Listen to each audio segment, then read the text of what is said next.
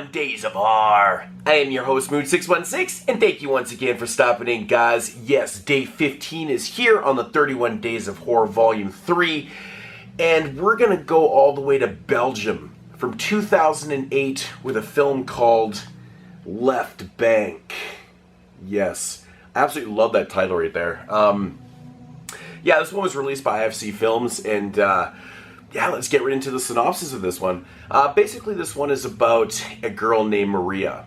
Now, she's a runner. She's a very competitive runner. Right now, she's training for the Worlds in Portugal. And, one day, unfortunately, something happens. She kind of faints, ends up going to the doctor, and they diagnose her with exhaustion, some type of exhaustion syndrome, where she needs to basically rest for about a month. Because her body is just overused, and if she doesn't rest, some serious things are going to happen to her. So when she gets diagnosed with this, she's kind of all bummed out. She ends up meeting this guy named Bobby. He's an archer. He does practice archery around the same place where she does her running and stuff like that. They kind of spark up a relationship. They start to see each other, and she ultimately ends up moving in with Bobby because she lives at home with her mom, and she figured, spending a whole month with her mom doing nothing, they're going to annoy each other. So she just figured, hey, I might as well go move in with this guy for a month, get better, and then I can resume my running, so I can go compete at the Worlds and things like that. So they start up this real heavy sexual relationship and things like that, and all of a sudden her body kind of starts to change a little bit. She's getting sick all the time, and she can't really understand what's going on. And then one day she finds out that the previous tenant in the apartment that she's living in actually disappeared without a trace. So that's how her boyfriend Bobby got the place for really cheap. And so she kind of starts looking into this, and she's like, hey, there's something like very strange about this whole thing. One thing leads to another, and then you got your film. So my thoughts on this one.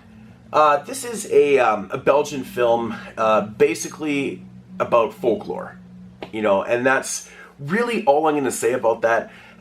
This one right here is very heavily influenced by, Polanski films. Now, pluralize the word films because there's a couple obvious and very evident films that are depicted in this one right here.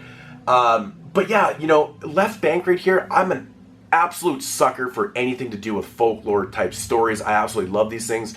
With that said, usually what you get with folklore films, you get very, kind of slow-paced, atmospheric films, and that's what you get here. This is a really slow burn, atmospheric, very ominous. The tone of this film is very doom and gloom. Like, you don't exactly know fully what's going on until maybe like more than 2/3 in the film, when they start to disclose a little bit of the folklore and what exactly is up with this folklore and stuff. Now, the title Left Bank is actually referring to the area that this building lives in, or that this building actually resides in. It's just this area called Left Bank, and it has a history, which again I will not disclose. But I absolutely love these things.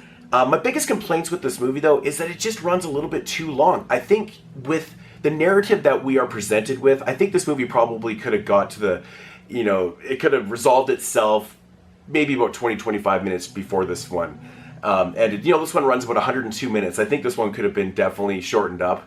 It's probably its biggest problem, but I absolutely love the overall look to this film. The acting is fantastic in this film. Not a whole lot of characters. I mean, you do follow Maria and you follow Bobby quite a bit in this film.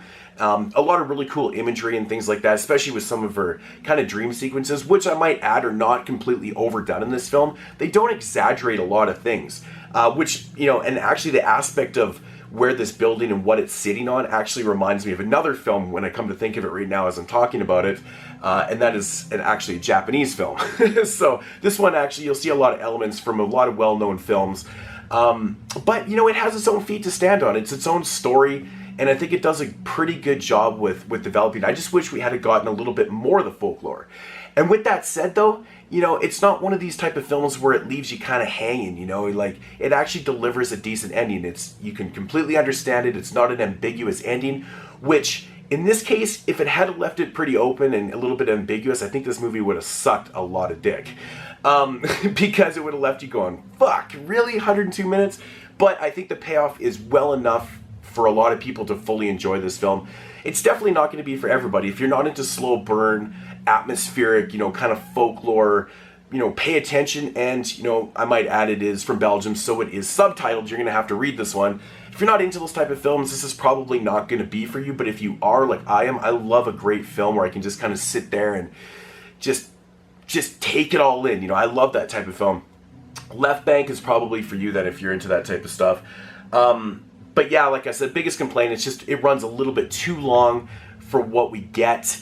And yeah, I think the lead in this film, I'm not sure what exactly her name is, but I was quite compelled at how many times there's like full frontal nudity shots of her in this film. There's got to be like 6 or 7 times where you see her completely naked all the time. It's really crazy. I was just kind of shocked by that. But it's done in a very elegant way, though. It's a very elegant film. Like I said, the tone is very ominous, and just the way they display and they depict the relationship in this film it's very well done. It's not sleazy, it's not exploitive or anything. It's very good quality. So yeah, the soundtrack in this movie, phenomenal too, man. Again, very ominous. It's very subtle. Everything about this movie is subtle. That's basically what I'm trying to say.